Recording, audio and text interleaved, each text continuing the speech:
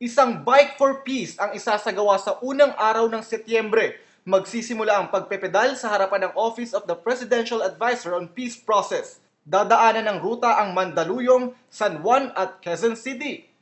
It's time to dedicate 1 month of the year to think about propagating peace para hindi na tayo mag-away-away, mga Pilipino tayo di ba? Sa boxing, malaking karangalan kay Nonito Donaire na siya ay taguriang next Manny Pacquiao. Para kay Donaire, malaki ang pressure na maihanay kay Pacman.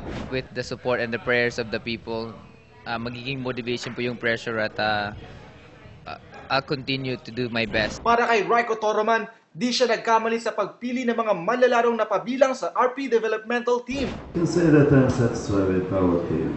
We have a lot of talented players and we made the right choice.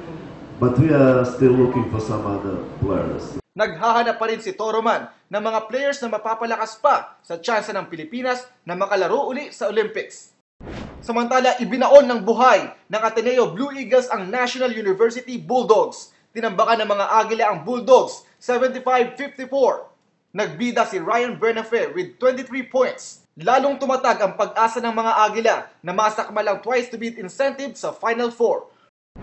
Ramty para sa Sports Update!